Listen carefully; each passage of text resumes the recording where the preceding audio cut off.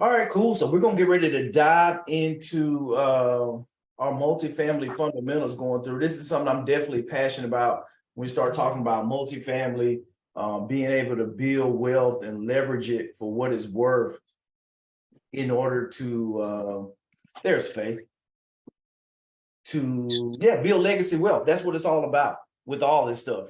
For a lot of people, it's buying time back where you can leave a dead-end career or a job that you're just not happy with, to follow your passion. For me, it was, hey, let's figure out a way where I can replace income where I retire from the military and really retire and don't have to go start a second career. And multifamily is the vehicle to get you there. Because I always tell people with real estate investing, it's like traveling from the East Coast to the West Coast, that, you can get there in a day, less than a day on the plane, take you 4 or 5 hours to get there, may have a layover here or there, or, you can get there in 2 weeks, and go by car. Or if you're really ambitious, you can take time and get on a bicycle and ride across country. But the same thing as real estate. You can start with single family, maybe wholesaling. To get there, you can get there eventually. It's going to take longer, or you can jump on the airplane, which is what I refer to as multifamily, to get there a whole lot faster. So we're going to talk about the get there faster strategy, and just the ways that you can leverage multifamily to accomplish your goals, whatever it is. Because one thing that I've learned from working with different clients, that we all have different goals, which is a no-brainer. We all have different goals, ambitions, plans for legacies to get there and leave behind for our loved ones. And so now it's just figuring out, how can you leverage real estate? Because real estate is just a tool. It's just a vehicle to get you there. How can you leverage this tool, multifamily, in order to get to where you want to be? Because there's a lot of different ways you become a business owner. For me, I created a business by buying distressed assets and just learning how to fix and flip, buying distressed real estate that I can cherry pick, that what I want to keep is rental. I can sell them, make money, and then I can take that profit from my fix and flips and buy multifamily. And that's the strategy that I've been implementing for the last few years. And so that's what we're going to kind of dive into today. But as we go through, I think one of the things that I want to do for those, I know we got a lot of people that's in the REI Genius community, my mentorship community. Shout out to all my geniuses in the building tonight. That you all know me, but for those who don't know me, I want to introduce myself to you. I'm Johnny Lynum, the founder, owner of REI Genius. Come to you by way of Alabama, the other LA, not the LA on the West Coast, the LA, lower Alabama, down in the sticks in the mud where I grew up. Graduated high school there in Grove Hill, Alabama, went to the University of Alabama, Roll Tide. And I commissioned as an officer in 2005. And so been serving in the United States Air Force now for almost 18 years. It'll be 18 years next month. And speaking of Air Force, I actually start my last assignment, Lord willing, next week. And that'll be the last PCS for me and going into this last job, which is a little bit bittersweet, kind of as you're going through with everything. But that's what I've been doing. And along the way, I found real estate, and before I found real estate, well, I say kind of around the same time, because my wife tells the story about how when we were dating, she would actually show up in Warner Robins, Georgia, and she would come over for the weekend because we were 3 hours away. And guess what I was doing, y'all? Hey, we had date day. We were at the local RIA meetup. I can tell you right now, William Tingle was talking about Subject 2 in Macon, Georgia. He was the Sub 2 king. And guess what? She was right there in the mix with me. And she's been with me every step of the way. And I could not be here and be at the level that we're doing deals and the portfolio that we've been able to achieve without her. And then those are our 3 beautiful kids as well, Johnny, Mackenzie, and Jace. And for me, that's my why. That's what I do it for. And then there in the middle, that's the other reason I do it for, is just service and giving back and helping other people that are passionate about me, about changing their last name. For me, I came from humble beginnings. I started with 0. And that's one of the things I'm going to talk about, that we all can start with 0 and get to where we want to be. Because most self-made millionaires, and I hate the word self-made, but we start from 0. And there's nothing special or different about us besides we took action, and it all starts with one deal. Because we all put our pants on one leg at a time. And guess what? That's the way it starts. And we all have 24 hours in the day. And so that's one of the things that I'm passionate about. Real estate, wrote a book, Millionaire Real Estate Success Strategies, what they forgot to teach you in school, a couple of pictures with me and some people that I met at different conferences and things like that, speaking engagements. And that's what it's all about. It's fun. It's all about serving, being able to give back and helping other people level up in life and be able to chase and pursue their dreams. And that's what we're here for tonight. And so that's who I am. Right now, we've been blessed. I think we're at 107 units now, total, and a portfolio value over $10 million right now. Our portfolio, a combination of multifamily and single family, continue to add assets to that. Right now on the multifamily side, we have a total of 4 apartment complexes, 18 unit down in Panama City, Florida, a 12 unit, a 24 unit, and a 40 unit that we're turning over, renovating those right now in Montgomery, Alabama. We got another 20 unit there that's under contract right now to close on. And continue to looking to do more deals and continue to grow. And that's one of the things I'm going to share with you, with the experiences that I had, sharing that processes, the systems that I built and use the leverage to get to this point, and then just being able to provide that information, that foundation to help you all who are looking to get started, who are serious about looking at how you can leverage multifamily to be successful. Whereas that now you don't actually have to go through and make a lot of the experiences, the setbacks, the mistakes that I went through, and being able to kind of build off that and just go to higher heights with less risk, what it's all about.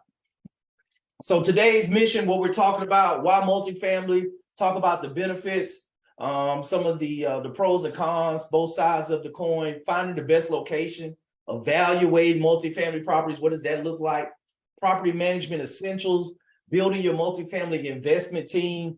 We're going to go through a case study for my first deal, kind of walk through that fairly quickly, and then we're going to give you some action steps to get started. Somebody drop a 1 in the chat if they're ready to go, or a fire emoji, because I want to make sure that you guys are engaged. I'm not going to put you to sleep, but I'm going to give you a lot of information. You can get access to the chart, the slides afterwards. We're going to have those posted in the community where we make sure that you all can have access to it. So you can definitely take notes, but I want to make sure that you take this all in and that you pick up the comments. So I see we got the chat going with people involved. Faye, I'm going to hand over to you the host responsibility because people are jumping in and I'm trying to manage that and I don't want to get distracted. Let's see, here we go.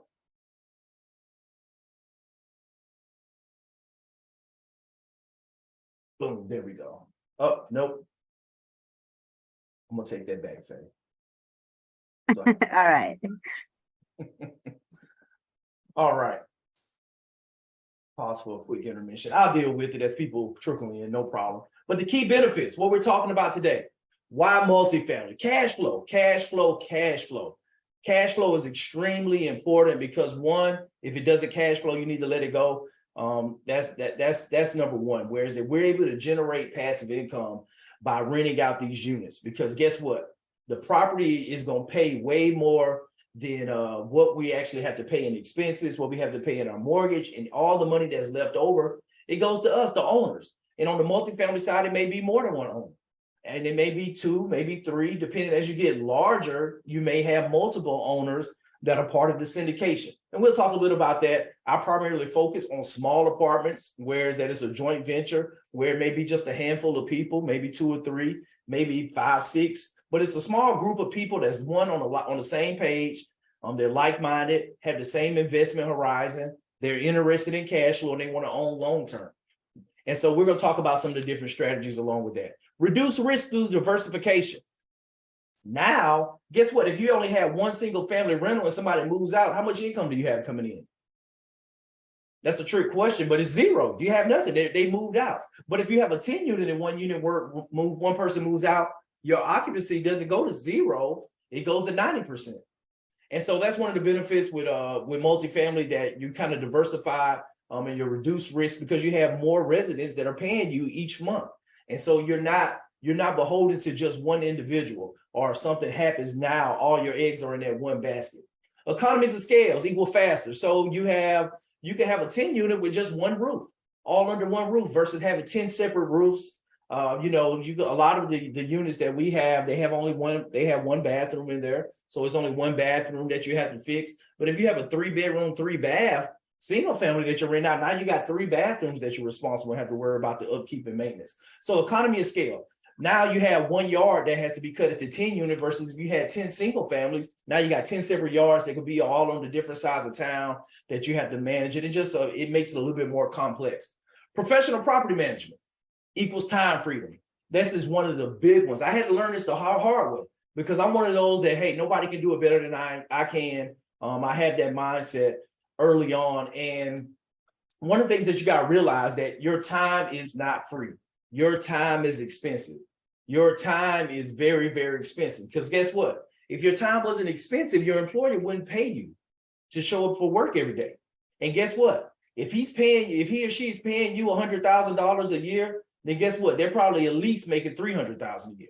Because if they weren't making money from your time and being able to leverage your time to be successful, then they wouldn't have you hired. And so that's one of the things that we have to learn really quick with professional property management is your goal as an investor is to find your next deal, to continue to grow, to work on your strategy. So if you're working the day-to-day tactics, we're getting the phone calls about the toilet being broke or somebody got late on rent and they have a sob story, then you're going to be losing time that you could be looking to find that next multifamily deal that's going to make you $500,000 over the next few years when you go through and refinance.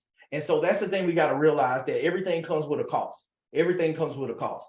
So professional property managers, a benefit, it gives us that time freedom, but then also ability to force appreciation, returns. I'll talk a little bit about this with the Montgomery deal, with those properties, what we're able to do on the appreciation side with forcing that appreciation and just the impact that that's going to have to the bottom line for the valuation. Resilience in economic downturns, inflation hedge. Real estate is a hedge to inflation. We know right now, the last year or so, we've had extremely high inflation, all the way over 9%. Things are starting to come down, but we're still a little bit above. And the thing that people don't realize, the Federal Reserve said their goal for inflation is to maintain an inflation rate of 2%. So guess what? In 10 years, the US dollar is going to be worth 20% less than what it is today. Because what? 2% a year for 10 years, that's 20%. And so that's what people don't realize, that now, 10 years from now, if prices don't appreciate at all, that it's going to take 20% more to buy that same property that you own today. Think about it. The dollar is becoming more and more, it's becoming less and less worth in value. So now 10 years from now, you lost 20% of purchasing power. So now that building is going to cost 20% more. That's without any additional appreciation or anything happening. So that's why we love real estate, is because it's a hedge against inflation. And guess what? And usually as those values go up, because it's going to cost more of those dollars because they're worthless to buy our asset, rent has gone up over time as well too. And so now we're paying down our mortgage with money that's worthless in the future. And that's one of the reasons that we love real estate. Financing opportunities equal leverage. We talked about leverage of time with your employer. All our employers, they're using leverage by leveraging our time to sell their product, to build their product, or whatever it may be. And so that's the thing that we got to understand, that the financing allows us to leverage, because 10 years from now, when our property has went up 45% in value and we've been paying down our mortgage, guess what? When you go refinance the loan, the bank doesn't get any of your equity. They provide the money up front, and that's why it's leveraged, because they don't participate in the equity side of it. All that equity goes to the owners. And so that's what we really, really love about leverage, because it allows you to buy a lot of property and leverage the bank via the loan, that process, or other people's money, whereas that you can bring on other debt through individuals that can finance your deals in order to get into the deal. Because guess what? If we had to go out and pay $1 million cash for our property, then we may not be able to do it, but we may be able to go through and raise the 20% down payment, and we just only have to raise $200,000, and it makes it a whole lot more tenable at that point. And that's the power of leverage, with being able to get debt financing, and then especially when you're able to start talking about raising money to bring the money to the deal, that you're able to get in, and you're able and you're empowered to get in some of these great deals. Who right now that's in here tonight, clearly you're interested in multifamily, but who's committed to multifamily? Because it's one thing to be interested, but I want to know how many people we got in here tonight that's committed. They're like, hey, I'm looking to get my deal in the next year, in the next 6 months, to get my first deal. I just want to see who's in the room, kind of get a level set for the room, who's watching right now that's really interested, and not interested, I use the word interested, but who's committed, because there's a difference. There's really a difference. Long-term wealth building. equals generational wealth. That's what we're here for. I showed y'all my family. That's my why. That's why I'm here. That's why I'm building wealth. And that's why I'm taking the time to go through and, vet real estate deals when I get off work before I get out of the bed in the morning. I'm looking at Zillow, hitting my buy box for my 3 primary zip codes in Panama City. When I start looking across Alabama for the multifamily side, I'm looking, check my email from my brokers. If I hadn't heard anything from them, I'm reaching out saying, hey, what's going on? What's the latest? Anything, any news, anything on the economic side that just makes me, feel really good about my decision to invest in Alabama. For those that's in the community, I shared today the top 10 list that came through. I think was it CNBC? But they had the top 10 list of population growth states. And guess what? Alabama made the list. So that definitely made me smile. Like, yep, I know we're in the right area. We're doing the right stuff. And we're going through and looking for great deals out here that we continue to build generational wealth. Multifamily versus other real estate investments. Hey, it comes with a higher price tag, but it's much easier to finance. Most people don't believe that. But the bigger the deal, the more cash flow that the deal is generating, and allows you to come in and help you better qualify for the loan.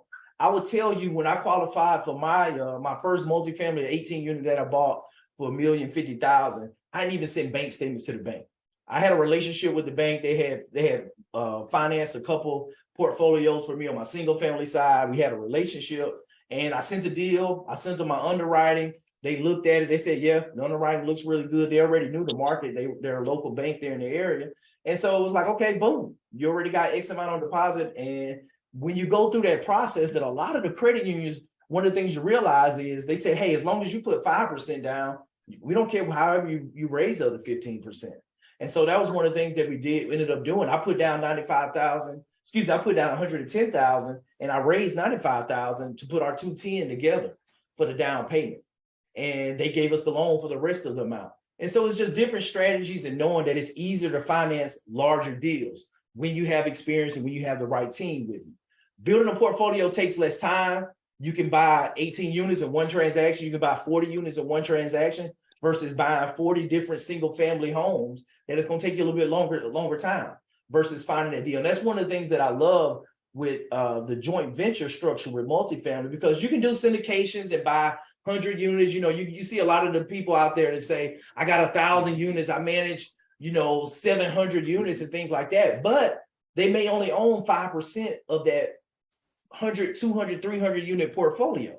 It's like, and with the thing with syndications, that when you have a large pool of investors, that normally you have to pay investors back somewhere usually within 3 to 5 years to pay it back. And then guess what? Now everybody's cashed out, made their money, and now you're back chasing another deal, looking for another deal to get cash flow and passive income. But what I teach with small apartments is you can buy small apartments. You buy 1, 2, 3, 4, 5 deals, and you can be done. Keep them. The passive income, you go in, implement the business plan, increase the rents, and refinance it, get your money back out, and now you're banking cash flow every month. And it doesn't take a lot of these deals to build up that passive income. And what's the point of selling? Because that's the thing, that the long-term wealth is built by holding these assets. And that's what we're all about. Expenses are passed down to residents where you can avoid potential income squeeze. That's one of the things, our strategies, we implement RUBS, whereas that the water, the trash, and the sewer, when we sign on new leases, they're paying $40 extra a month for those expenses. And now we, as the owner, now that we're taking over, we're not beholden to have to pay those anymore. It's less risky than high vacancy rate properties. When I think about high vacancy rate properties right now, office space has really, really gotten crushed during COVID, just because teleworking and individuals not coming back in offices. And now a lot of companies are pulling back leases and not looking for long-term leases in a lot of these buildings. And that is a big problem in the office space. Greater resiliency during economic downturns. We see that right now, that when interest rates go up and there's not a lot of inventory on the single family home side, more people have to choose to do what? Rent, because they have to live somewhere. And if you're a landlord, guess what? Now they have to rent for you. And when there's a lot of demand and there's low inventory and there's not enough supply for rental properties, guess what? Rental rates go up. And a lot of times, the rental rates go up, but expenses go up as well too. When we see an inflationary environment, your expenses cost more for your materials and things like that. But you're able to increase the rent and keep it at the market rent level in order to make sure that you're covered from that basis. And it provides a reliable income stream. that once you stabilize a property and you have a good property management in place, that you're going to have a really pretty much reliable income stream. You're going to have things that you need to plan for: the roof. You need to know the age of your roof, your HVAC systems, and then also understanding the age of your water heater and those things. But once you have identified that and you quantify and you can set back your cash reserves, then now you're just sitting back in this mailbox money. You just show up. Well, and when you don't even have to show up, you just wake up and you get a check on the 5th. And then if a few people are late, you might get another one on the 12th, and you keep moving, and it happens again the next month without you really doing anything. Pros and cons of multifamily investing: advantages, income potential, economies of scale, diversification, professional property management, potential for appreciation, resilience during economic downturns. We talked about that one. Tax benefits, long-term wealth building. But there are some challenges. You got the management complexity. All property management companies are not made equal. It is a little bit complex on that side, with just managing a residence, taking over, especially as you have a lot of moving pieces. You may be updating some of the units at the same time that you have people moving out. You may be just keeping people in leases, and you're not going to increase everybody's rent and let some stay as you transfer, just because you don't want to have all 50 of your residents move out at one time, and now you have zero income coming in. And so you want to kind of phase those things, but you got to have a really good property management company to work with you to implement your game plan without that many perturbations in your execution and killing your cash flow. How your initial investment? It does take money up front for down payment, but the thing what I love about it, that you can start where you're at. Maybe you need to just look at a duplex, whereas that you can use a residential loan, a VA loan, or a FHA conventional mortgage, and you can use that to buy a duplex, a triplex, or a quadplex. All the way up to 4 units is considered residential, and so you're able to get into a multi-unit property that way and become an instant landlord. And so with a low initial down payment. But as you get into the higher units, 5 units and up, that usually you're going to be looking at right now. I think the going rate is probably 30% down, just where a lot of banks are a little bit more conservative right now. But anywhere, last year you could be anywhere from between 75-80% for is the loan to value, and then you're on the hook for only bringing 20 to 25% as the down payment. But you also need to understand that you don't have to be on the hook to have the credit score, have the experience, or to have all the money yourself. That there's opportunities for you to look for partnerships to raise capital, because there's a lot of money out there right now. We look at all the trillions of dollars that have been printed over the last couple of years. There's a lot of money in the economy that's looking for a return. And that's the thing that we need to understand. And kind of, for me, it was a limiting belief, because I was like, I don't have a lot of money. But it's like, okay, how can I provide an opportunity to give a decent return to somebody who doesn't have, one, the ability to find great deals like I do, and then 2, that don't have the time or the ability to manage deals. And so therein lies the opportunity that you can provide to others when you build up that skill set, whereas that you can find good deals, or you can also manage good deals. That now that is an asset, and now you're able to provide that service, provide that to other individuals, where now you build a win-win relationship. And that's what it's all about. You need to look at the market dependency. I don't like certain markets. I'll tell you, I stay away from war zones. I don't do high crime areas. For me, when I start talking about the market, I like to be in an area where there's between at least 40 to 70K for the median income in that zip code. But then also I look for low crime. That I'm not really one to have to deal with those areas, because they come with additional challenges with having the resident turnover, which is kind of the next challenge. But you have higher turnover in areas that have higher crime and lower income areas. And so that's just something you have to keep in the back of your mind when choosing a location. Regulations and compliance. There are regulations with the SEC, the Security Exchange Commission, that regulates, what's going on between joint ventures, and then especially on the syndication side, with you being able to stay in compliance. Property maintenance, staying on top of that. As you get a larger property, you need to have your systems in place and have the proper mechanisms, whereas that your property management company can manage that Fully, because it can be, if they don't have the right systems in place, it can be overbearing. And then the last thing that you want to do is be able to have people not having a really great experience in your community, at your apartment, just because you're not adhering to their needs and being able to take care of maintenance in a timely fashion. And so something that definitely can be a challenge. And then financing, for beginners, we kind of talked about the money aspect, that if you try to do it alone, then yes, it can be a challenge if you don't have the capital. Finding the best locations. This is always good. You know, when you start looking at really at the macro level across the United States, you really care about job growth, the population trends. Right here to the far right, you'll see just kind of showing the change in population between 2010 and 2020. You can see a lot of the obvious spots. In Texas, you got Houston, Austin, and Dallas. Then across to Florida, you can see Orlando's pretty dark blue there, the upper panhandle of Florida, kind of going across from the Pensacola to Baldwin County, lower Alabama, that area. Then you go up to Georgia, you got Atlanta, Nashville there in Tennessee, Charlotte.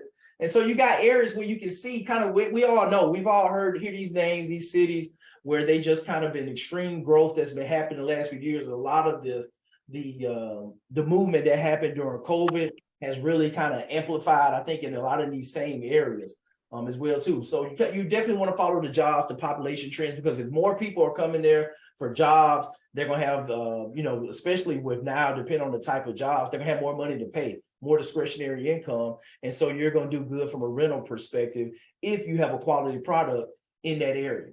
Amenities and potential value adds. I love value add. I'm a value add investor, whereas that now we can go in and force appreciation by adding value. With the apartments that the 76 units we have in Montgomery and the 20 units that we have on the contract, the goal for those right now, we're averaging about $275 rent increase in those apartments. And that's an average of about only half of the complex being updated. And the other half, we were able to increase the rents $200 without doing any renovation, just because the previous owner hadn't increased rents in an extremely long time, just because it was in part of one of those low income tax credit programs. And so they're going in by having that understanding, knowing what the market rent was. We knew it was like, hey, we can get this and we don't even have to do renovation and put $6,000, $7,000 a door in here, that we can just raise it $200 for half the complex, take 18 months and update the other half of the complex, and let's go ahead and refinance and boom, and cash out and be done and just hold it for the long term. And so that's the thing you have to know and look at the different strategies. By understanding your market allows you to move with speed and allows you to hedge your risk and the amount of money, the capital that you need up front, whereas you don't have to actually go in and buy and completely renovate all the units now, because that would have cost us at least another $300,000 that we would have to have up front if we were going to renovate the entire complex, and it was going to take us longer. But crime rate, we talked about already. We don't like crime. We kind of stay out of those areas. That's my preference, but there's money to be made in those areas. But a lot of times you have to be more hands-on. And there's a lot of, with the turnover, just understand going in that you need to buy at the right price. And you may be able to get a lot of cash flow, but there probably won't be a lot of appreciation long-term in those areas. And so that's the thing we just got to realize, that there's always trade-offs with what we're doing. And proximity, what's close by. One of the things that I really loved about the property that we picked up last year was that Publix and Starbucks was like less than 1.5 miles away. And so, you know, the area, and I looked at that, we're in the B class area, you know, that's right down the street. It was like, okay, we can't go wrong, because those companies, they look at a lot of data, they pay a lot of money to do analysis before they put a retail store in those areas, that they're doing a lot of investigation and a lot of analysis before they make a commitment to build in those areas or to buy and lease a location. Finding the best location, here's some resources. We're not going to dive into those, but there's a lot of online resources, LoopNet, Zillow, CoStar, Reonomy. When you start looking to do more research and pull in data where you want to go direct to owner like we do, we're working direct. That's one of the sweet spots with being able to go 40 units and below, because guess what? Now I can go direct to the mom and pop owner that's a baby boomer that's owned it for 20, 30 years and that's ready to retire. Now I can go direct, build rapport with them, and then work through that process and get seller financing. We've bought multifamily with 100% seller financing. We bought multifamily with traditional bank loans. We bought it with also with hard money. And so there's different ways to finance deals, you know, bringing in partners on the deals in order to get the deal done. You're only limited to your creativity and being able to work to provide a win-win solution to the owner, because the owner is going to let you know, hey, what's most important to them. And once you find that out, now you can craft a win-win solution.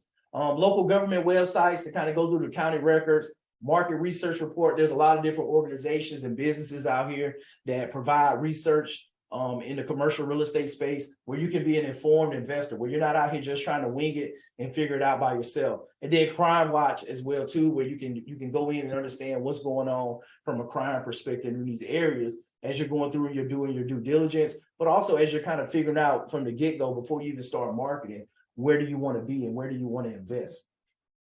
Evaluate multifamily properties. Who here has kind of heard of cap rate before? The cap rate. We're not going to pull out the calculators tonight, but one of the things that I want to challenge you all, because a lot of people get intimidated when we start talking about math and the numbers, but it's really fifth grade math. And I think that's one of the things that I work through with my clients, to make sure that we keep everything at the simple level. We keep simple frameworks and simple concepts, because it's really simple when you think about it. We're using fifth grade math. We're adding, subtracting, multiplying, dividing. That's it. We're not doing trigonometry. We're not doing geometry, no calculus, no pre-algebra, none of that stuff. And so I think that's the thing that we need to realize, that you know, it is doable. We all can do it. Who in here is pretty sure they can do fifth grade math? Drop something in the chat. Drop a 1 in the chat if you can do fifth grade math, because I think that's one of the things that I want people to understand, that we're talking about some different concepts tonight, but it's not really that challenging when you think about it. If you understand the information and you got somebody that you can ask, then you're going to be in good shape. So the capitalization rate is just your net operating income that your property is producing divided by the current market value. And then we're going to multiply it by 100. And that's going to tell you the capitalization rate for the area. And all that is telling you is, what are investors paying for this amount of income stream in your area? So we'll say, hey, for Atlanta, Georgia, the capitalization rate is 5%. Okay, perfect. Now, this broker brought me a property that says this property is producing $100,000 a month. I mean, $100,000 a year in annual income, the net operating income. Now, I just go through and I divide that $100,000 of income, I divide it by 5%, and boom, now it gives me, okay, this income stream, this $100,000 a year income is worth this much in this market. And then you may go over to Montgomery and say, Montgomery's at a 6% cap rate. And now you're able to adjust and understand in that market, when you buy a property that's producing a certain amount of income, what that valuation is and what it's worth and what you're able to pay for. And then you also understand, like, hey, if I'm getting it for $200,000 less than what the cap rate is saying that I should be paying, then you got a pretty good deal. And so that's just a way where we can go in and understand what the valuation of the property is. Cash on cash returns, just the annual cash flow that you're going to divide by the total cash invested. And that's going to just let you know the return. It's like, hey, if you invested $10,000 and you got $4,000 back this year, then guess what? You got a what return on your money? You got 40% of your money back. So 40% return on your money is not bad, because guess what? In about 3 months, you're gonna have all your money. And so if you can continue to look at solid returns like that, then that's gonna be really good. And right now on the multifamily side, the normal cash return is we kind of target to pay our investors anywhere from 8 to 10% cash on cash return, just depending on how the deal pencils out. But anything above that is extremely, really good with those. And that's one of the things that you need to look at when you're looking at your returns. Then your occupancy rate. How many people do we have in our units? And how many right now are vacant? That's always one to kind of keep top of mind. These are kind of the top 3, but there's plenty of other metrics that we measure and that we track when it comes to asset management. Once we close, once we're doing the month-to-month reporting, we're working with our property management company. We're working with our bookkeepers to make sure everything's straight. So we're looking at our profit and loss statements and kind of going through these numbers and making sure everything is up to snuff. And then we're able to look 30, 60, 90 days in advance, whereas that we can make sure that we're being proactive and not reactive with leases that are terminating, where people may be moving out, for, you know, units that's going to need to be turned over and renovated in the future. If we're going to have a large outflow of people at one time with leases expiring, well, we can start looking at what can we incentivize some of those people to stay, and just looking at things like that. Whereas that now we're not reactive, but we're being proactive with how we're executing our property. Due diligence, going through this process, you know, you got to evaluate the deals that I always look and focus on trying to build checklists and frameworks, whereas everything is repeatable, and you go through, if you make sure you check the box for everything, then you're going to be in good shape. And that's what this is all about. When understanding kind of the due diligence process, once you get something under contract, that upfront, you need to do your market research. I gave you a lot of those websites where you can start looking at deals, but then understand your exit strategy. Are you going to look to renovate it, then refinance it and keep it? And or are you going to just go in, do the renovations and flip it, do a fix and flip? Whereas that you go in, you make the improvements and then you just sell it. Or you know, and then one of the things that you find your exit strategy, now you can start looking at the different financing options. Do you have enough money in your retirement account? It may be a 10 unit, like, man, I'm gonna buy this by myself.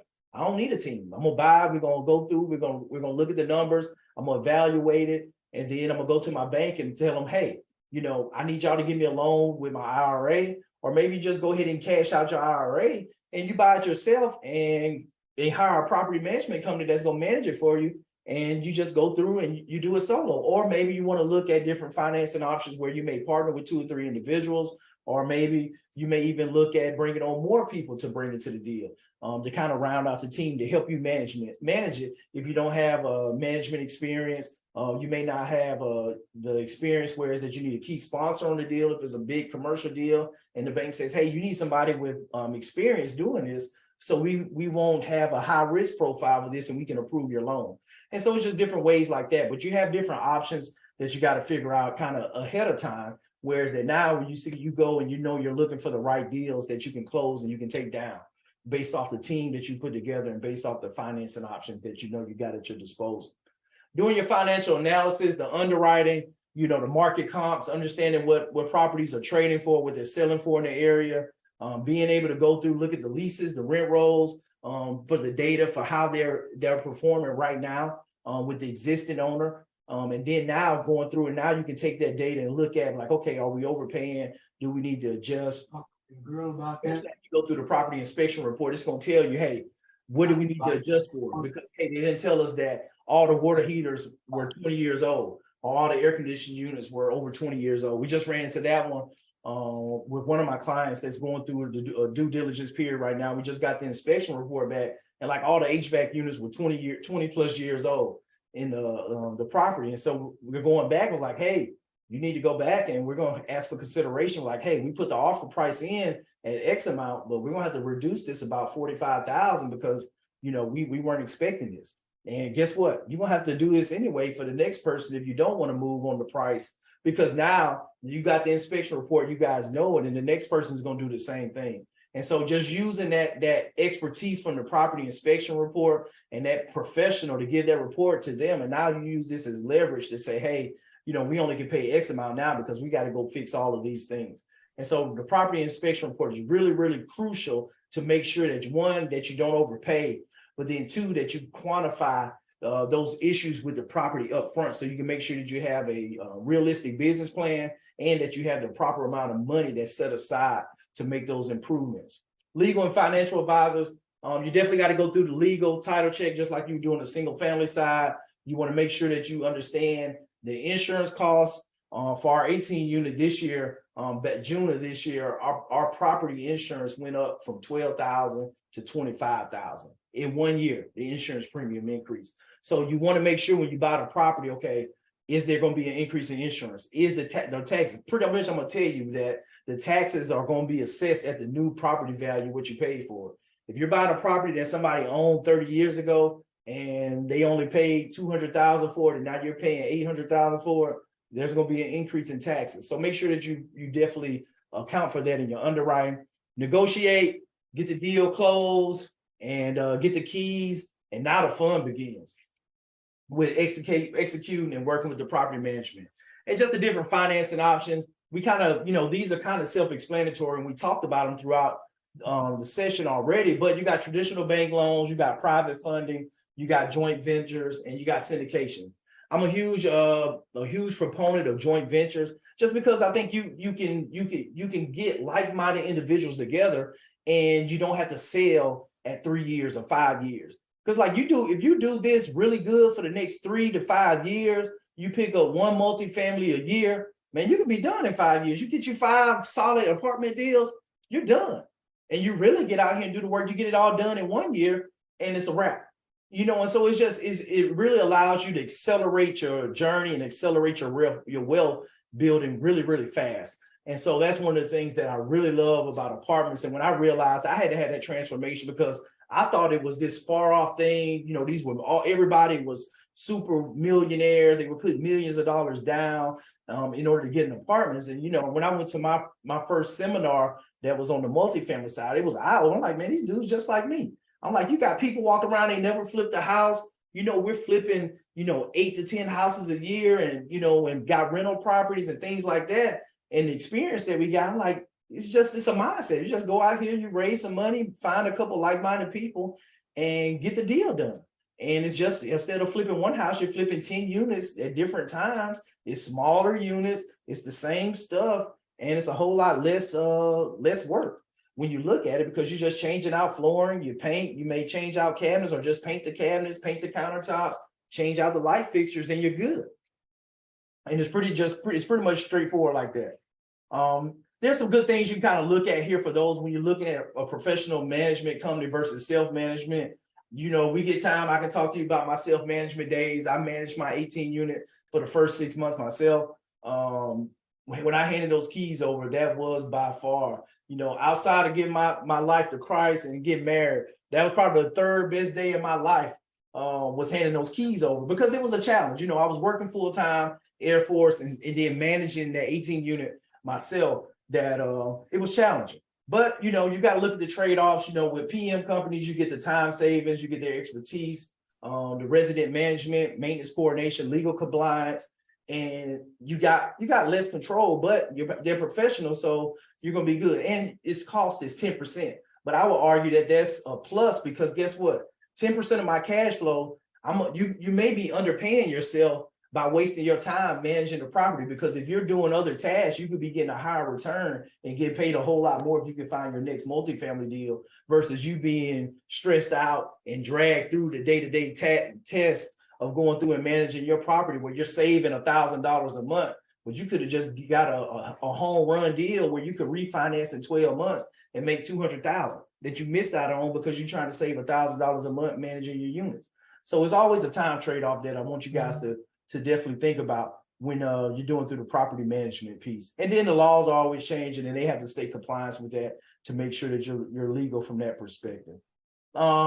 Here you can go through and read. I'm not going to read these to you, just with what you need to do when you start looking at screening your residence, with your lease agreements, making sure you're in compliance, how you handle the security deposits, and then just the maintenance side of it as well too, to kind of think through some of these things when you're going through and talking with your property management and asking them how they go through and implement and take care of these different areas when they're managing properties for you. Your team, you need to have a good realtor. You need to have a good property manager, accountant, and then also on the back end, you need to make sure that you have a good attorney. That when I talk about my first deal, the 18 unit, and we're gonna go into that we paid $5,000 for our paperwork. That was for my subscription agreement, my private placement memorandum, and for my operating agreement for the LLC, $5,000. So yeah, you just got to be in it, and it's definitely that was low then. That was the veteran hookup with my guy Byron Scott with 3 Pillars out in Colorado. He hooked me up on that with my legal compliance paperwork. But you just got to understand that there is some costs associated with that and getting that in place. But then building your team, that there's different ways you can find team members. You can look across real estate events, meetups, different groups, associations, conferences, trade shows. You can meet people, get to know people, and understand, do you have the same values? Do you care about the same things? Do you have the same long-term goals as each other? And then just kind of looking for referrals. Somebody like, hey, so-and-so talking about multifamily. Maybe you should talk to them. ask for testimonials and references, and then make sure that you interview your team members, get to know them first before you're going through. And it's like you need, just like, but they say you need to talk to them and before you jump in bed with them. The same thing with a partnership. And then whatever you do, make sure that you document it, to have the operating agreement laid out up front. That's something that I work with my clients and make sure they do, whereas that you have everything from a legal aspect, kind of, your T's crossed and I's dotted, and make sure everything is above board up front as you guys kind of go through this journey together. My first deal, for those that haven't, I heard the story talking about it, but we got this deal for $1,050,000. It was on the MLS for $1.35 million. We put an LOI in for $1 million. We eventually got to $1,050,000. I came up 50 grand, and it was a good deal for me. I went in, I underwrote this deal. This was 45 days after I went to that conference that I talked to y'all about, and I was like, okay, I underwrote it. I'm looking at the expenses. I know what the market rent is. This is in Panama City, Florida. I was like, at $1 million, there's no way I can go wrong. And it was 18 units. It was 16 units, which was comprised of like 4 quadruplexes and then 1 duplex. And we went through the deal. We got it under contract. It took a long time. It had some hurricane damage. They had contractors that ran off with money. It was still 4 units that were still down that we had to renovate. Thankfully, I went, going to my real estate meetup. There was an attorney there, was a real estate investor who had shared some months earlier that they were taking over insurance claims that you can assign, that a seller can assign their insurance claim to you when you buy the property if they haven't closed out the insurance claim. And a lot of times, if you get an adjuster, a lot of times they can go and reopen the claim and see if there's any money left. So we took that over, and we actually got an extra $50,000 by taking over the insurance claim and assuming that at closing that we used for renovation on that. And one of the things that we noticed when we did the property walkthrough, there's a lot of water bubbling up out the street. And so we had to get all the plumbing rerouted. And so that $31,000 bill, the seller paid before we closed to rewrite all the plumbing for the building.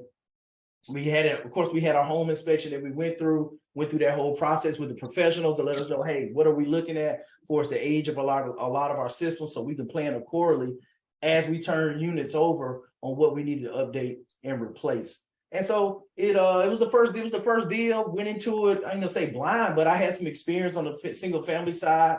It appraised for more than what we were buying it for, and it worked out pretty good to the tune of we were able to refinance 2 years later, and the valuation went from 1.2 million when we purchased it to 1.76 million in 2 years. And that was only with $70,000 put into those 4 units that were down. And we estimated rents were going to be around $850. Right now, we're getting $950 for the units. And we're getting $1,000 for the 2 units in the duplex. And life is good. And so no complaints there. And then guess what? You take that money and then you go buy more apartment buildings. And that's the plan. And that's what we continue to do. And what we see right there, just the units that we got down there in Montgomery, and continue to turn those units over. And this is the power of real estate, the power of multifamily, y'all. When you look at across all these 96 units there, that we're raising rents on average $275. So, and when you go through and look at the math, and you do $275 times 96, gives you, I think it was what, 240, I think it was 24,000. And you multiply that by 12 months in a year. And guess what? Our cap rate that we purchased at was a 6.75 cap rate. When you divide that by that cap rate, that you're adding $4.2 million in value by increasing those rents across 96 units, only $275 in 2 years. And so we're looking to refinance in the spring. And that's not counting the rubs, whereas that now we're not paying the water anymore, we're not paying the trash, and we're not paying the pest control, which is going to save about $3,000 in expenses every month as well too. And so that's how you build wealth with real estate, and more in particular with multifamily. Lesson learned, key takeaways. This is what I want to kind of give you guys from my experience, over 15 years of doing this stuff, and specifically the multifamily space. Do your market research up front. It's essential. You got to do the due diligence up front. Cash flow is king. We buy for cash flow. We don't buy for estimate, hey, it's going to appreciate. We know the market's going to keep going up, because the market doesn't always keep going up. There's a lot of people that bought bad deals the last year, 2 years that were buying at 3% cap rates, 4% cap rates, because guess what? Cap rates are going up from 5-6% in some of these markets now. And so a lot of those assumptions aren't good assumptions now, especially now the interest rates are going up. Location matters. We talked about buying in good areas. Property management is vital, because property management can turn a good deal into a bad deal. Due diligence is a must. Always consider your value add opportunities where you can increase income, and there's always opportunity to look where you can decrease expenses, because guess what? Both of those go to your bottom line to improve your net operating income for the property. Diversification reduces risk. You can diversify between asset classes, location, and you can also diversify, from just being able to spread your money out across different assets in different areas. And whereas that you don't have all your eggs in one basket. Financing options matter. Look at the different options and kind of what are the pros and cons for each one of those. Understand your market cycles, where you're at right now, and just a strategy. One of them, understand the market cycles told us, hey, it doesn't make sense to raise all this money and renovate all 96 units. How about we just split it in half? We renovate. I think we're renovating the 40 unit and the 12 unit. And then the 24 and 20, that we're going to just keep those, and we're going to just bump those up only $200 in those areas, just because it makes sense. There's no need to wasting time and spending money that you may not get a return on, just because depending on how far out in advance, who knows what the economy is going to do. Let's get in, let's get out, increase the value, get about 70% of that bump in these areas without having to spend any money, and call it a day and get done. And we can look at renovating those further in the future. Understanding market cycles we just talked about, but embody a long-term vision. This is a marathon. You can't fix and flip, do a 30-day project and put it back on the market with these. But you can, if you do, you could flip an 8 unit. Maybe it takes you 6 months. You get a bigger property, it may take you 18 months. But just know that you're in it for the long term, and just plan that out where you make sure that you have a plan that kind of works with that, and it's accordingly set up where you can know that where you're going to be at and how you're going to be successful. Network and learn, be patient and persistent, familiarize with the legal side of it, and make sure that you have your exit in mind when you buy up front, because you make money in real estate when you buy, not when you sell. That if you buy at the wrong price, it's going to be hard. You can do it. If you buy at the wrong price, time will heal all wounds. That eventually over time, you're going to pay that debt down, but you're going to have to hold it a lot longer. And then here's some action steps for new investors, resources for you guys to kind of dig in for the education, the final financial preparation, kind of setting those goals, the documentation, the continuous learn, all that stuff. And you guys will get a copy of the slides to kind of go through, but kind of the checklist, whereas you kind of see what areas do you need to focus on. Maybe you're, deficient in some areas, but it's really to just kind of go through, do a self-assessment report card for yourself to kind of see where you are and maybe the areas that you need to, bolster and kind of improve. And then just some other areas where you can look at between books, courses, podcasts, YouTube, different websites where you can continue to learn and mentor and coaching as well too, that kind of hits that fast button where you can kind of accelerate and piggyback off somebody else's experience. For those that hung around tonight that's here, I appreciate you guys. I did want to give you guys an invitation and kind of tee up what I'm doing right now on the multifamily side with being able to help people. I've been doing this for a while, for the things that I've learned along the way. It's not about knowing everything. I talked about the property inspector. I talked about, being able to lean on your contractors, being able to lean on your attorneys, your brokers, your realtors, your property management company, whereas it's not all you. And multifamily is the true team epitome of team sport, because you're essentially a leader, because you're able to put people in a position to be successful. I work a full-time job, 15 hours away from where my apartments are. For both of them. One's in Panama City, the rest of all those units in Montgomery, and I'm in Northern Virginia outside DC. I'm able to do that because I know how to leverage teams and other people's time and put people in positions to be successful, because that's what we do in the military. We have centralized control and decentralized execution. And guess what? This has worked for the U.S. military for hundreds of years, that we're still in pretty good shape from a military perspective with being able to run operations all across the globe. And it's no different with business. And that's what we've been able to put together and be able to achieve, whereas that now I can be a present father and husband and work full-time for the Air Force, but be able to lead an organization that's fixing and flipping properties in Panama City and turning over apartment units in Alabama, and being able to lead a coaching education company, with now being able to impact other investors to get them going and being able to get the same type of returns and make the same type of transition and transformation for themselves. But the thing is, you got to be able to invest to build wealth. That anybody know what the number one investment right now is in 2023? I saw something on this a couple weeks ago. It's kind of a trick question, but it's not. And somebody, if you want to answer, you come off mute. Anybody want to take a stab at right now? What's the best investment in 2023? Yourself. Investing in yourself. Oh, okay. Hold on. Y'all don't count. Y'all don't count. I just faster than you, Henry. But no, they're exactly right. That's exactly right. It's yourself. It's yourself. Nobody can take the knowledge from you. And guess what? It's an infinite return, because once you get that information and you're able to build off it the rest of your life, that it's an infinite return on that investment. Whenever you invest in the knowledge and information and being able to take it and amplify it, that it's nothing you can do for as a dollar amount that you can invest in return. It's nothing like education, being able to get that information. And then taking action is the hard part, y'all. You got to step past the fear. I was there. I was scared. I had never made $1 million offer before on a property. And but you just got to know that, hey, I'm gonna figure it out. I'm gonna leverage my resources. And I was calling folks. I had called, one buddy I had met, at the conference before, like, hey man, look at my numbers on the calculator. He's like, yeah, this is pretty good, man. I was like, all right, what email should I do? I got to put a deal deck together. I got a couple of investors I want to come in. What should I say to them? And that's where your network comes in, because your network is your network. And it's been a blessing. But that's the thing, that everybody's journey is going to be different. For me, I went through the single family, fixing flips, rental properties, and kind of going through that process to build up my journey. But everybody's journey is different.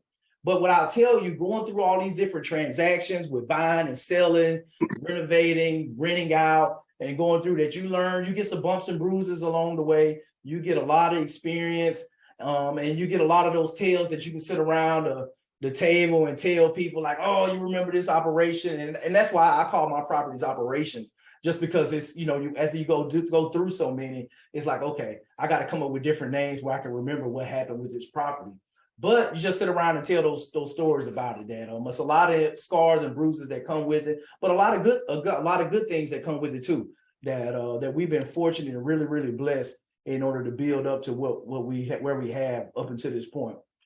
But I tell y'all that it's not all easy, and the hard way is trying to figure this stuff out without knowing how to manage financials. Not knowing, hey, what you need to measure for performance, because you can't change what you can't measure. And not knowing the information, but then not knowing how to analyze and underwrite these units up front, and being able to know, is this a good deal? The fundamental things, like, is it a good deal or is it a bad deal? And then knowing why it's one of the two. And then I think trying to wait until you're saving enough money to do this stuff, because if you're going to be waiting forever to try to save enough. But going out and understanding that there's infinite amount of resources out here. The only thing that's stopping you is your limiting beliefs on being able to align with the right person that can come in, that can invest in that opportunity, and now allow you to create a win-win situation for both you and your investor. And I think at the end of the day, we all got to figure out, why is this important to us now? Because all of us have heard real estate. But for some reason, a lot of times we don't take action.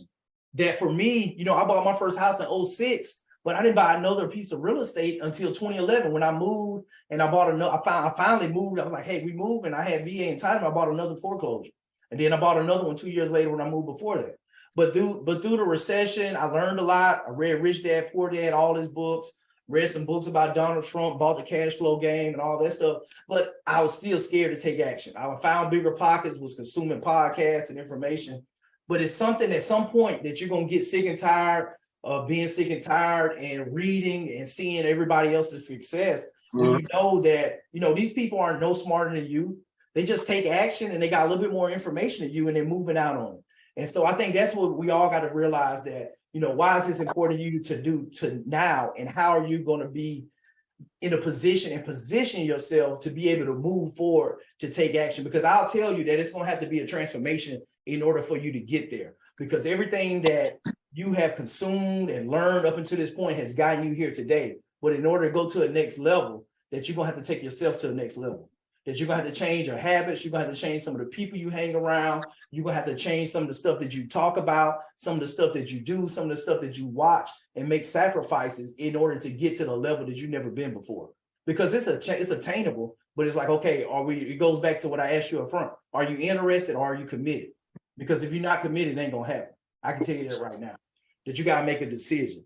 And so that's the thing that I want to tee up for those that want to go through, that's committed, that, hey, I would love to kind of align you guys with what I'm doing, what I'm building, with our systems that's been proven to kind of go through and be able to kind of go through different market cycles and understanding where we're going in the future and put a strategy together in order to be able to go through and achieve abnormal gains a lot of times with these deals, just because we're able to go through and look at it from a holistic perspective and put things in place, whereas that now we can maximize our returns long term.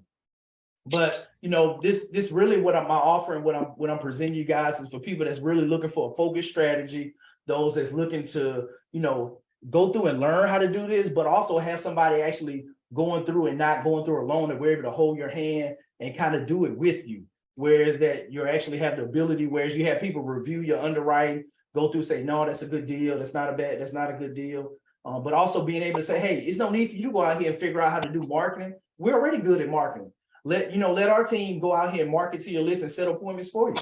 Whereas that you're not trying to pick up the phone and call 100 owners or send 100 owner text messages, that we can do that for you. And then being able to go through and have coaches on deck, whereas that you're not going through due diligence, you're not going through these home inspections and trying to consume this and understand what's going on in your budget by yourself. But now you actually have resources available to you. Whereas that now, whether you're a team of one or you're looking to build a team around you because like, hey, I may need help on the credit side or on the money side, or I need somebody to teach me how to raise money, that there's resources there to help you be successful. And then, one of the things that I like, and I talk with a lot of people, especially on Facebook, just with outreach and talking with people. It's like, hey, man, I need to talk with somebody that's going through your program. It sounds good. I see that you're doing this and that, but who have you helped? Who has kind of came through and did that? And you guys can read this. This is one of my clients, because I reached out, because a lot of times it seems like, okay, people don't want, they're doing their thing, they're moving, they're getting their projects and stuff. People keep a low profile, which is cool, and which I totally am supportive of that. You kind of pick and choose, what you put out there in the atmosphere. But I was really touched by, kind of a conservative individual, but he sent me this review that just kind of talked about his journey and where he went from just owning, his primary residence to now, being a passive investor, picking up multiple properties, starting a partnership for somebody in the community as well too, and then just being able to take everything to a whole nother level in just a short amount of time. And then I think I heard Reggie. Yeah, Reggie's out here. He came up. Where Reggie at? We're gonna bring him off mute. See, he already jumping in here. What up? Talking about this mindset. What's going on, bro? What's up, dude? Can you hear me? Yeah, we can hear you loud and clear, man. I want you to share your story, man, if you don't mind. You got a nah, man. story, and yeah. Nah, man, definitely. I want to say everything that Johnny was saying today, man, is totally true. I'm a living witness, as they said in the church. Man, I was a police officer for 6 years. COVID hit, and you guys know how that was. And at the time, my job was bringing down certain regulations that I felt like some of you guys feel been on your job. Some things that you necessarily didn't sign up for, may just don't want to do. So the only way to answer that is either quit and find another job or find another way. And I found it through real estate. Started a podcast, met Johnny. Johnny came on a podcast, gave not just an interview, but gave a lot of game like he's doing now. Been in his program within the first 11 days, found the property, underwrote it, sent it to Johnny. Johnny got the debt. We did a 50-50 joint venture partnership. And we sold the first flip within less than 90 days. And then after that, got a couple of rentals, single family rentals, did a few more fix and flips, and then got the apartments that he spoke about in Montgomery. And that right there alone, what helped me out was, number one, the mentorship, the coaching, and the knowledge. Once you have that, You can do like me, little money, no money, and 580 credit score.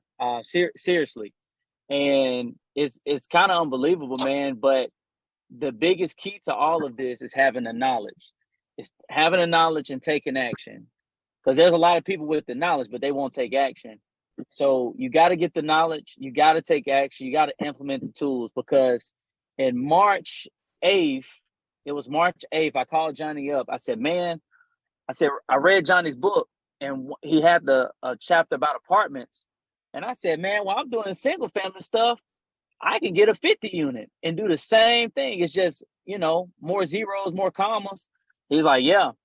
So, man, I bought 4 or 5 books, went to seminars, went through, in the Johnny program, learning the stuff I was learning. I just wanted the knowledge. Once I did that, I started connecting with brokers. And at this point, man, brokers taking me out to lunch. And listen, y'all, I'm not a multimillionaire yet. We'll talk next spring. But they're taking me out to lunch. They're having conversations with me, showing me deals, and also connecting with realtors, talking with realtors, doing driving for dollars, reaching out to some of these mom and pop owners. I learned all that through the REI Genius community, through his program, and just taking action on that. And it landed me some great deals, some great relationships. I even tell you this, the biggest thing, and me and Johnny talked about, I won't say their name right now, but my actual hard money lender is getting ready to start a program where they're partnering with rehabbers, and they want to use me as the beta tester. So meaning that they're going to fund the deals that I send to them once they're approved, and they want to do a 50-50 split with me because they're getting more. They want a more return on their money than just lending, right? That's unheard of. And so they see the deals that I'm doing, they see the volume that I'm doing, and I'm finding great deals. And they like, Reggie, we want in on that action. But none of that would have been possible through the knowledge that I've learned in this program. So I would just say to everybody that's out there that if you're on the verge and thinking about it, man, get a part of the community, get a part of the coaching program, get this knowledge and start taking action. And to be honest with you, man, listen, this is the time now. And I know you can say this at any time, but this is really the time now where people have bought these deals, especially in the apartment space. You guys, people are buying these deals and they were buying wrong. And now because of inflation, these interest rates, they can't refinance out of their existing debt. And so they need people like me, like yourself, to buy these properties at a discount. And I'm going to give you a perfect example. A particular buyer bought, I think it was 112 units. They bought them at $130,000 a door, even though they were being marketed at $90 a door. Well, they're trying to sell them now. They bought them 2 years ago. They're trying to sell them now to $142,000 a door. Listen, guys, they're not going to be able to sell those. They're not going to be able to sell them. And what's going to happen is that loan is coming due next year. They're not going to be able to sell it, and they're going to be, a crap up creek. And I'm telling you guys, this is the time now to gain the knowledge, to learn, and to actually go out there and take action and buy these doors up because they're going to be waiting for you. So that's my testimony. I can talk about this all day, guys. I love real estate. Real estate has changed my life.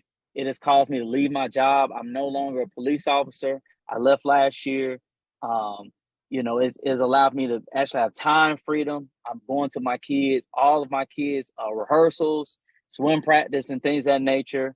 I have all my weekends off.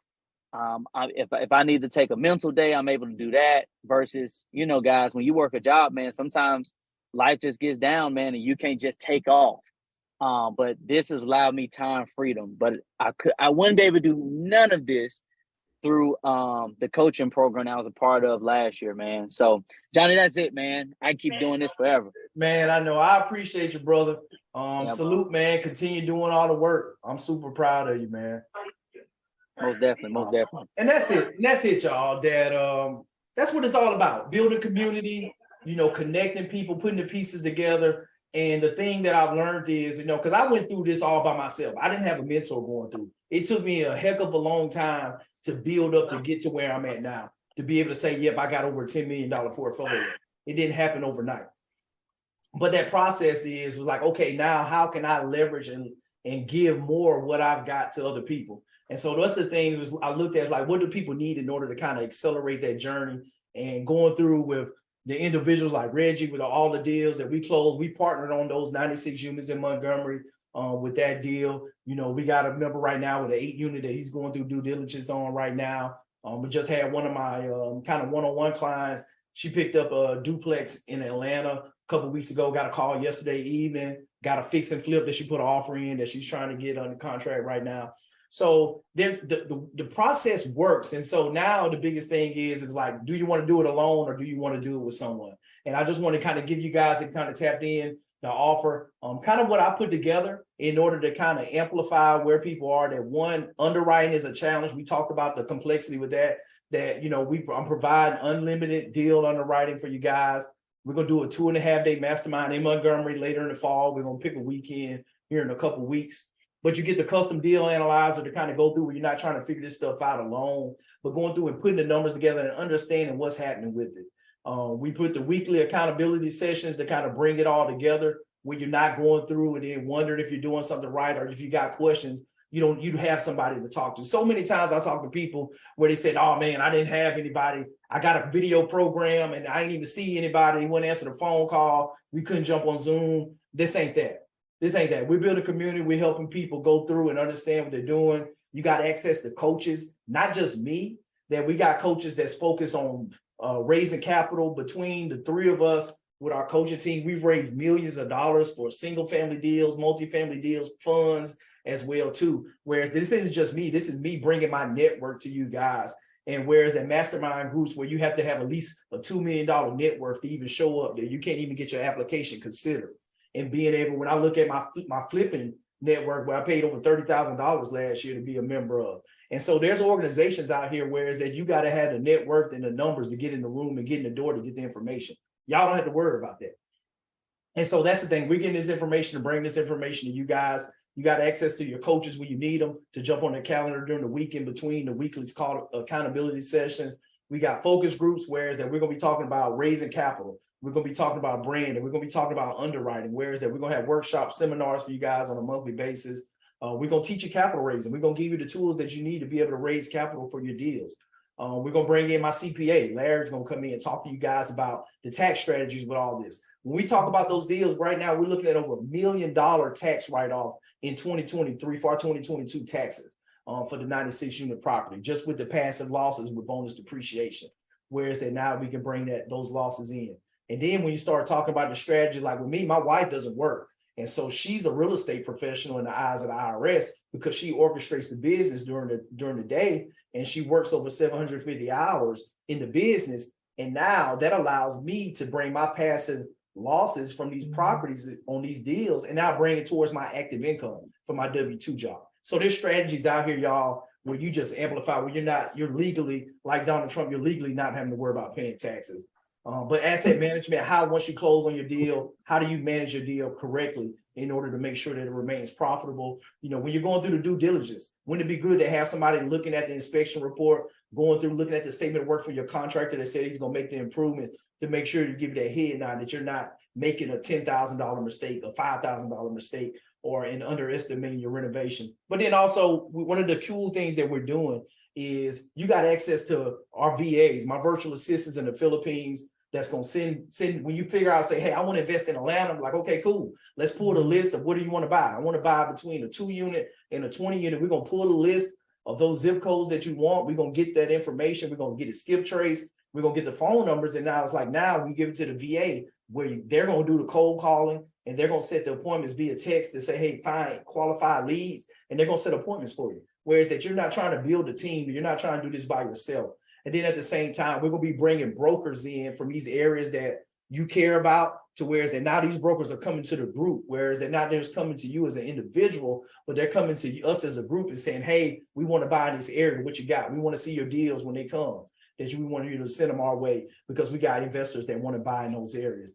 And then working through with helping with those that want to look at the branding. When you start looking at building a brand, if you want to be a full-time investor and kind of be out there, that's something that you could do. We're going to teach you. You're going to have an active investor community behind you, and you're going to get all the documentations and everything that you need to be able to be successful with the deals and put you in place. I told you guys, I paid $5,000 for my paperwork for my 18 unit on that first deal. And so that's the thing. You're going to have access to the marketing, the contracts that you need, you know, being able to be, and we're going to be teaching you all we're going through these 6 months.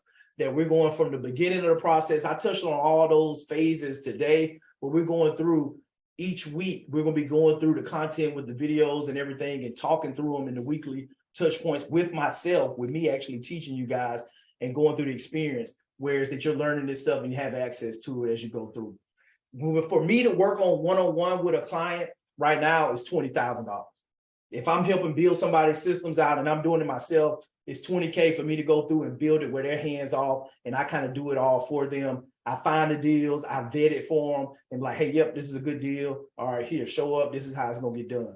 But that's one of the things I'm like, okay, how can I bring this to where it's attainable for more people? Because yeah, everybody doesn't have 500,000 in the retirement account where they can go in and like, hey, yep, I want you to show me how I can diversify and buy at least $5,000 worth of assets that's going to pay me $5,000 a month in cash flow and make that happen for them. And so for it's like, okay, how do I bring this together? And so with the group coaching and bringing in small groups, that we were able to figure it out. Whereas that it's like, okay, I think for $10,000 is the right number for 6 months to kind of go through the small groups. And one of the things with, you know, with everybody here tonight, that's family, the REI Genius community, that I was like, okay, for those and kind of going through and everything that we do, that I think we're going to be able to do it for $6,000 for y'all. And for those in the community that's interested for the 6 months to kind of come in, the $6,000, you can break it up in one payment, 2 payments, or I'll actually finance it myself for 6 months for you all. Because if you go on the website, you see it on my Facebook page or something out there on my landing page, it's going to be $10K and there's no financing. And so that's something that I want to offer up to you guys. If you want me to finance it, I'll finance it. It'll be $12.50 a month for the 6 months. So there's some different options. You can go, I think, did I hot link this? I think it's hot link, but you can go on the website and kind of read. I got all the information out here. Y'all can go through, look at this and kind of see that more information. Get on my calendar if you got questions. We're about to kick this off at the end of the month. The end of next week, we're going to get everything rocking and rolling. Get people, because the goal is 30 days that your marketing is going out the door. 30 days from now, we're going to be getting marketing going out where we're going to be texting, we're going to be cold calling, and we're going to be hitting these owners, and we're going to be start generating leads and qualifying these homeowners that are being motivated to sell. And so we're going to do that. And you can kind of go through the website. We got some more information. About just going through, you can read more about the deal writing, what we're going to do with the mastermind event, the analyzing tool, the accountability sessions, one-on-one access with myself and my other coaches, you know, and then just the monthly workshops. And you kind of go through here with all this stuff. So y'all, it's crazy. We putting all these years of experience, not only myself, but some of my other brothers that I got, you know, for some of my other mastermind groups that's coming in, that's doing some of the coaching as well too. You kind of read a little bit about their stories here with Doug and Cliff, with raising capital, with the mindset stuff, with they're doing virtual deals in Oklahoma City with Doug. They're raising money for funds and for large syndications as well too. So they're going to be right there. We're going to have Reggie's going to be talking about the acquisitions. He's the boots on the ground for everything that we're doing with that complex in Montgomery. Ms. Wilson's going to be talking about the underwriting. We're bringing in someone on the marketing side. I'm going to be leading the asset management side. So y'all, we ain't playing no games. We're coming to full court press, just like the military, with all of this, because we put in systems and processes in order to drive success, and we're going to be successful. I would love for you to be successful right there with us. Get on my calendar. You want to chat sometime here in the next couple of days while I got the offer there. But that's it. And I think I got time, you know, where we at? I was shooting for 9:15, 9:20. If anybody's got any questions, let's chat and go over here. I'm gonna be here for those. I think the kids still run around, so they're up and live. But that's it. So I just want to talk multifamily fundamentals, y'all. That's it. There's a lot going through. Go back through the slides, kind of see what areas, you know, like, hey, you may need to work on or something. And yeah, and I would love for you guys to come on the journey with us, because we're building. Any questions or anything, comments? In the button, bring it in. Is that Thomas? See, did he say something? Of course. It's kind of like, how do you actually start? You know, I guess the start would be to have the conversation with you first.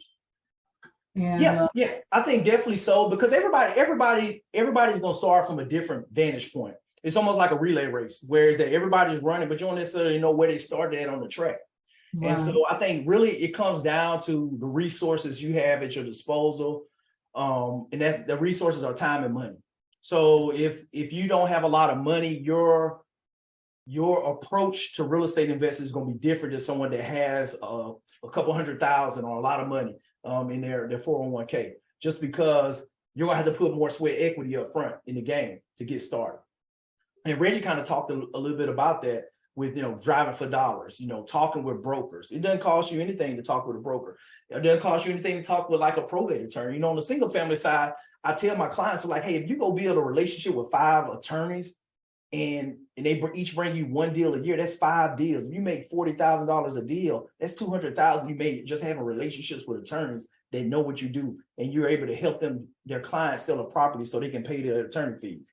And so it's just little stuff like that. It's just little shifts, little movements that you got to know that you can do on how you can leverage your time to maximize it, whether it's talking with brokers, and you don't even have to talk to brokers directly now. It's like, hey, we got a group of 20 investors. We're buying in this area. We want to see your deals. We want to build a partnership, and we're going to give you a platform where they can come talk to our entire community and share their deals, where it's like, hey, somebody in my community is going to find a deal. I want to see it first. And so it's power in the proximity and bring it in and being able to leverage the weight of the group to go to a lot of these brokers and get your foot in the door. Because a lot of them won't even give you time a day. They're like, huh, what have you done?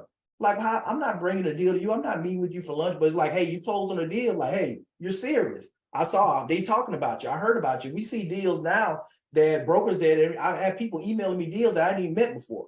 I was like, okay, and I'm looking at they're bad deals, but if it's a good deal, we're gonna definitely reach out to them.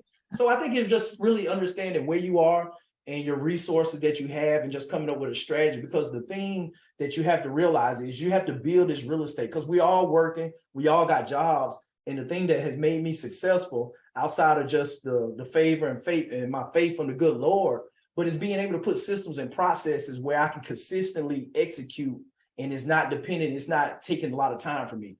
And I think that's the thing that you got to realize, like, okay, you want to be able to put this and integrate it in your life where you don't get burnt out in 3 months, 6 months. And the only way you do this is kind of knowing where you are right now and saying, hey, these are the strategies that'll work for how much time you have to commit.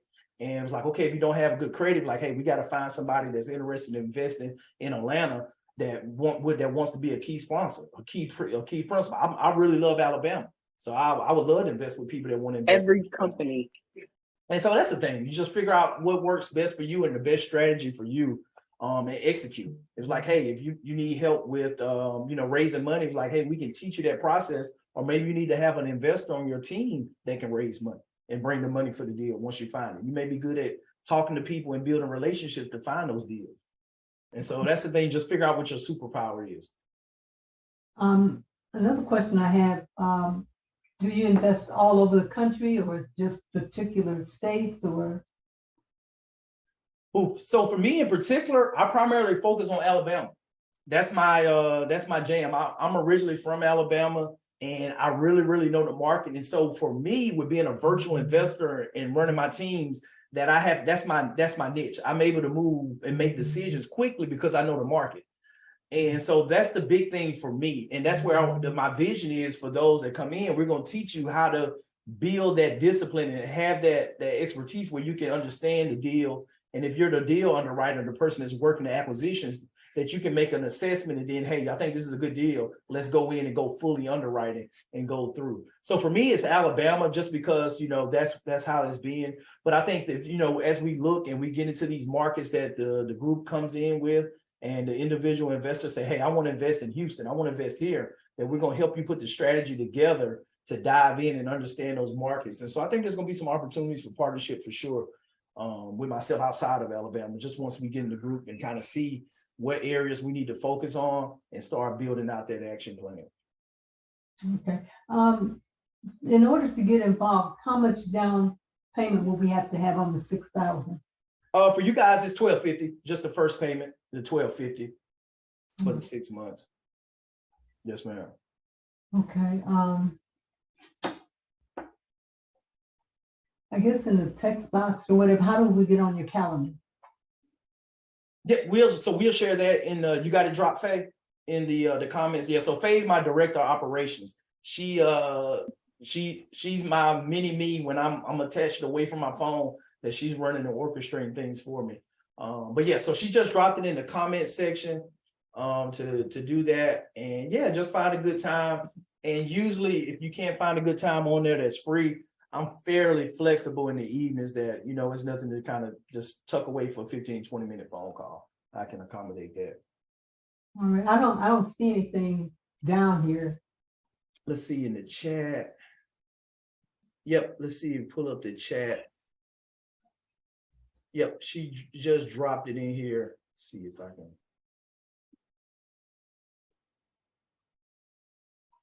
I'll share my screen too, where you can see it on the screen. You may not be able to get to it. Here we go. So that's it right there. Oh, okay. Yeah, and then the link. And Faye, you want to maybe you give me your phone number and I can text it to you. And that may be the easiest way, so you can just have the link and pull it up. All right, it's 407-545-9857. 407 545 545 9857. 9857. Okay, perfect. Yeah. Yes, ma'am. I'll shoot that over to you. Thank you. I'll give somebody else a chance. No, those were great questions. Anybody else have anything? Anything I can help with, like some you're looking at right now or dealing with, real estate challenges? Hey, John, I got a quick question. It's probably a simple question too. When you submit your letter of intent for your multifamily, do you have that reviewed by a lawyer, or do you just send it even because it's non-binding? So do you have a lawyer look at it first though? No. I've had one look at it already. So the letter of intent kind of going through and just laying out the details of the contract. A lot of times, if you have a broker where you're submitting an offer, if you don't have a realtor represent you, they may ask for LOI versus PSA. They may just put the contract together. So it just kind of depends. Because if you're talking direct to the homeowner, the apartment owner, you may not even have to put an LOI together. But you can just let them know, hey, we're serious. Because a lot of times what people would do when it was really aggressive, they would send an LOI before even walking the property, looking at it, or even talking to them like, hey, this is what I want to pay for your property. And just like boom, and kind of put them on the spot to help them make a decision. And that's the thing. So yeah, so you kind of review it and just lay out your terms. But I kind of have it laid out in a structure like the checklist of the LOI, like, hey, it's the same usual stuff that we want in there to include. So once you do that, you may take one or two things out if a broker asks you to take out or something, but it's usually kind of the standard stuff that we include in it.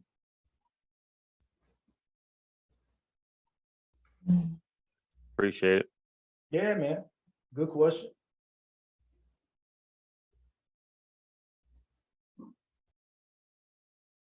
Any other questions? Anything?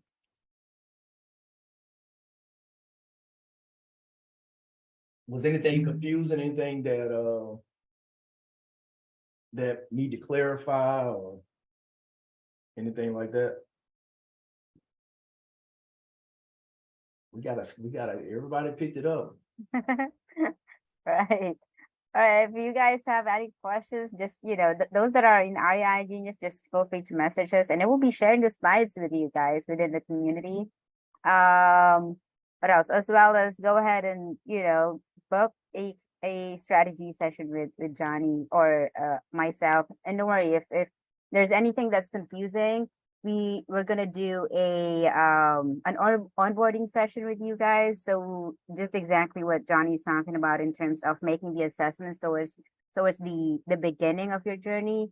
So we would know where you're at right now and how we can get you to where you want to be. And also shout out to Dad Henry, to Coach Henry, that's right here, Henry Fathom, Matthew, Michael, Samuel, D-Chef, Joe, Phil, Kelly, Sarah, Carl, Kevin, Pam, Thomas, Brian, Sean, and James, Antonetta, and Kim.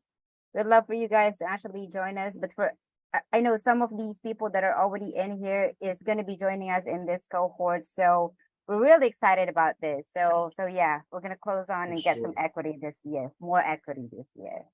That's it. And we'd love for you to be part of it. Yep, most definitely. Get on my calendar. You guys got the link as well too. For those ready to go ahead and move forward and let me know whatever I can do. And I'm looking forward to kind of building with you guys and going forward. So y'all have a blessed night, and I'll see you guys. Oh yeah, so tomorrow night we're doing a money talk. So we're gonna be talking money talk tomorrow night in the community. I'm bringing on one of my early on mentors, retired Air Force Major Ray Bradshaw. So he's come. I was talking to him. He's closing tomorrow on a cool deal with a duplex that he just done. And we started like, man, we got to get together and talk, because he's retired and just sitting back, bringing in all this money and the cash flow. But he was one of the ones that kind of set us down as young junior officers and was like, hey, y'all need to start looking at real estate, use your VA loan, save your money, and get into some of these houses. And he planted that seed, and we've been growing. We're growing a whole lot after that. And so it's going to be really cool to kind of do that. But that's going to be something I'm going to kind of do. It's almost like a podcast, but it's going to be really informal conversation, just asking questions. It's going to be Zoom, and y'all can chime in. I'm going to open it up where people want to ask questions kind of after we finish talking as well too. So that's going to happen tomorrow night at 8:00 Eastern Standard Time. Money Talks may turn into a full-blown podcast, Faye. I don't know. I'm fighting doing a podcast because I don't want to make that time commitment with everything we got going on. But it's gonna be cool. I'm gonna bring people on that's doing cool stuff and just give them opportunity to share their journey and just inspire people, because it's people out here crushing it, y'all. And I'm telling y'all, these people are no different than any of us. I ain't no call nobody dumb, but I met some folks that's doing stuff like, come on, man, really? I'm like, I have no excuse. My work ethic is no reason why I should be able to get to this next level and do these next things. And so if you feel like that, then you just got to do it, because it's nothing new under the sun, and you just got to take action and consistently show up and execute. Because most people, they stop showing up, they go do 2-3 months, they go to the next strategy, they go to the next shiny object, and they're not committed. And that's what it takes to be successful. Because if you get up with the last 3 deals we got in the last like 60 days, that I just get up, look on Zillow, I'm like, oh, here goes a new deal that fits my criteria. It's under 200,000. It's in one of these 3 zip codes. It's a fixer upper. I'm like, boom, let me call the listing agent, tell them I want to buy it, and I can pay X amount. And I do that the first day of the listing. And I think we got 3 out of the last 4 that I've done that on. And I hadn't seen it. I like, hey, my guys will come by today. They'll come look at it. They'll tell me how much we got to put in it, confirm it. And I'm like, hey, I'm sending over, send me the contract to sign. And the strategy with that, some of y'all, I've shared it with you, but I go to the listing agent to represent me as the buyer too. So now these real estate agents, they get 6% commission instead of 3% that they got to split with another agent. And so I've gotten properties under contract and using that strategy that they still had showings later that day, and they taking it off the market, because guess what? They said, man, let me call this seller right now. I'm gonna represent you. I'm gonna tell them, hey, this guy's gonna come in at list price. He's gonna come $2,000 over, and we're gonna go ahead and take it off the market. It's good, and we work that. So it's all about relationships at the end of the day, y'all. And it's little stuff like that, whereas that you can amplify and get some considerable gains out here. So y'all be blessed. Let me know whatever I can do to kind of help the journey. And I know everybody else, a lot of people here in the community, they love to help you as well too, and kind of whatever we can do. We're one big happy family. So y'all be blessed, and I enjoyed it. And see y'all tomorrow night for Money Talk. It's the first